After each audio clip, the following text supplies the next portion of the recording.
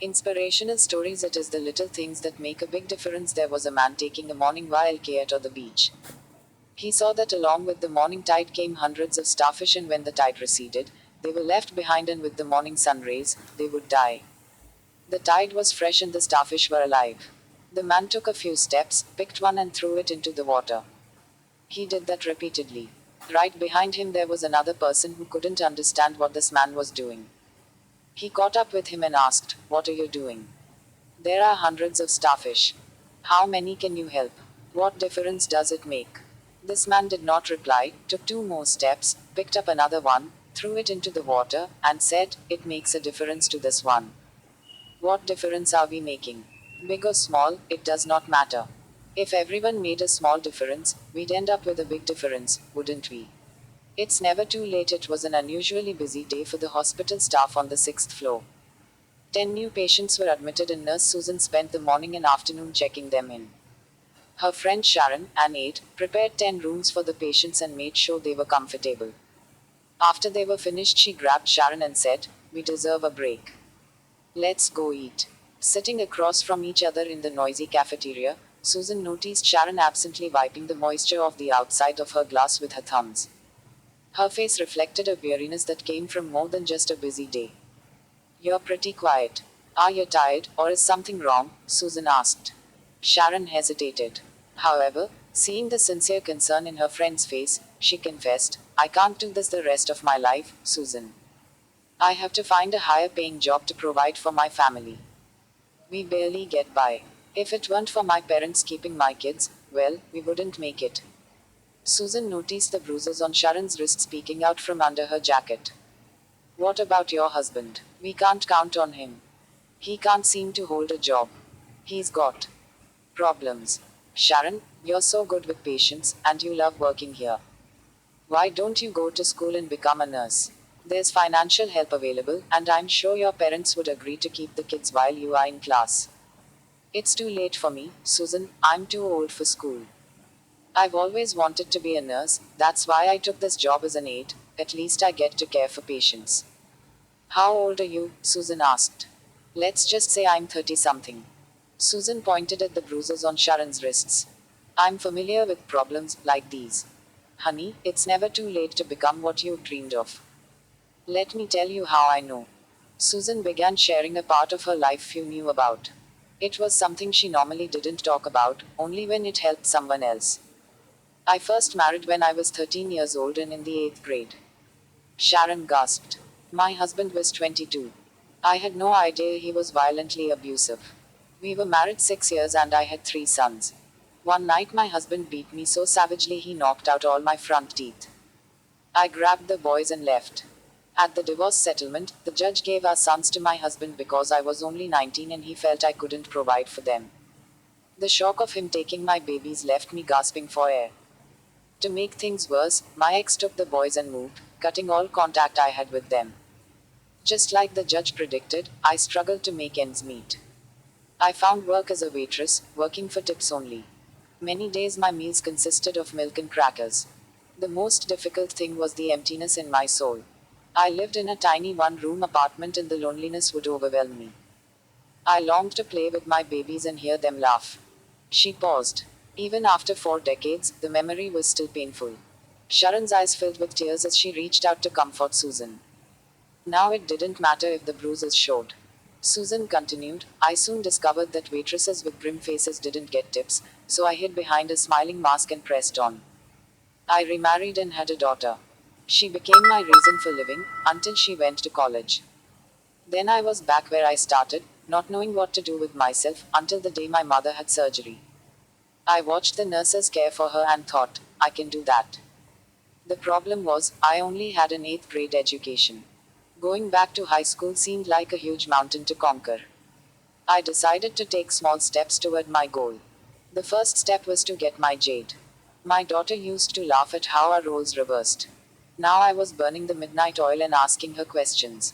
Susan paused and looked directly in Sharon's eyes. "I received my diploma when I was 46 years old." Tears streamed down Sharon's cheeks. Here was someone offering the key that might unlock the door in her dark life. The next step was to enroll in nursing school. For 2 long years I studied, cried, and tried to quit. But my family wouldn't let me. I remember calling my daughter and yelling, "Do you realize how many bones are in the human body, and I have to know them all? I can't do this, I'm 46 years old." But I did. Sharon, I can't tell you how wonderful it felt when I received my cap and pin. Sharon's lunch was cold, and the ice had melted in her tea by the time Susan finished talking. Reaching across the table and taking Sharon's hands, Susan said, "You don't have to put up with abuse. Don't be a victim, take charge. You will be an excellent nurse. We will climb this mountain together." Sharon wiped her mascara stained face with her napkin. "I had no idea you suffered so much pain. You seem like someone who has always had it together." "I guess I've developed an appreciation for the hardships of my life," Susan answered. "If I use them to help others, then I really haven't lost a thing." "Sharon, promise me that you will go to school and become a nurse. Then help others by sharing your experiences." Sharon promised. In a few years, she became a registered nurse and worked alongside her friend until Susan retired. Sharon never forgot her colleague or the rest of her promise. Now Sharon sits across the table taking the hands of those who are bruised in body and soul, telling them, "It's never too late. We will climb this mountain together." By Linda Carroll. Apple Chicken Soup for the Soul. Living your dreams, keep your dream. I have a friend named Monty Roberts who owns a horse ranch in San Isidro. He has let me use his house to put on fundraising events to raise money for youth at risk programs. The last time I was there, he introduced me by saying, "I want to tell you why I let Jack use my horse." It all goes back to a story about a young man who was the son of an itinerant horse trainer who would go from stable to stable, racetrack to racetrack, farm to farm, and ranch to ranch, training horses. As a result, the boy's high school career was continually interrupted. When he was a senior, he was asked to write a paper about what he wanted to be and do when he grew up. That night, he wrote a 7-page paper describing his goal of someday owning a horse ranch. He wrote about his dream in great detail, and he even drew a diagram of a 200-acre ranch, showing the location of all the buildings, the stables, and the track. Then he drew a detailed floor plan for a 4,000 square foot house that would sit on a 200-acre dream ranch. He put a great deal of his heart into the project, and the next day he handed it in to his teacher. 2 days later, he received his paper back. On the front page was a large red F with a note that read, "See me after class." The boy with the dream went to see the teacher after class and asked, "Why did I receive an F?" The teacher said, "This is an unrealistic dream for a young boy like you. You have no money. You come from an itinerant family. You have no resources. Owning a horse ranch requires a lot of money. You have to buy the land. You have to pay for the original breeding stock, and later you'll have to pay large stud fees. There's no way you could ever do it." Then the teacher added, "If you will rewrite this paper with a more realistic goal, I will reconsider your grade." The boy went home and thought about it long and hard. He asked his father what he should do. His father said, "Look, son, you have to make up your own mind on this. However, I think it is a very important decision for you." Finally, after sitting with it for a week, the boy turned in the same paper, making no changes at all. He stated, "You can keep the F and I'll keep my dream." Monty then turned to the assembled group and said, "I tell you this story because you are sitting in my 4,000 square foot house in the middle of my 200-acre horse ranch. I still have that school paper framed over the fireplace." He added, "The best part of the story is that 2 summers ago, that same school teacher brought 30 kids to camp out on my ranch for a week. When the teacher was leaving, he said, 'Look, Monty, I can tell you this now. When I was your teacher, I was something of a dream stealer. During those years, I stole a lot of kids' dreams. Fortunately, you had enough gumption not to give up on yours. Moral: don't let anyone steal your dreams. Follow your heart, no matter what. No dream is too big or too small when one works hard to live it. One should always try making dreams come true no matter what." Laughter is the best medicine. Many years ago, Norman Cousins was diagnosed as terminally ill. He was given 6 months to live. His chance for recovery was 1 in 500. He could see the worry, depression, and anger in his life contributed to, and perhaps helped cause, his disease. He wondered, if illness can be caused by negativity, can wellness be created by positivity? He decided to make an experiment of himself. Laughter was one of the most positive activities he knew. He rented all the funny movies he could find: Keaton, Chaplin, Fields, the Marx Brothers. This was before VCRs, so he had to rent the actual films. He read funny stories. He asked his friends to call him whenever they said, heard or did something funny. His pain was so great he could not sleep. Laughing for 10 solid minutes, he found, relieved the pain for several hours so he could sleep. He fully recovered from his illness and lived another 20 happy, healthy, and productive years. His journey is detailed in his book, Anatomy of an Illness. He credits visualization, the love of his family and friends, and laughter for his recovery. Some people think laughter is a waste of time. It is a luxury, they say, a frivolity, something to indulge in only every so often. Nothing could be further from the truth. Laughter is essential to our equilibrium, to our well being, to our aliveness. If we are not well, laughter helps us get well. If we are well, laughter helps us stay that way. Since Cousins' groundbreaking subjective work, scientific studies have shown that laughter has a curative effect on the body, the mind, and the emotions. So, if you like laughter, consider it sound medical advice to indulge in it as often as you can. If you don't like laughter, then take your medicine, laugh anyway. Use whatever makes you laugh: movies, sitcoms, Monty Python, records, books, New Yorker cartoons, jokes, friends.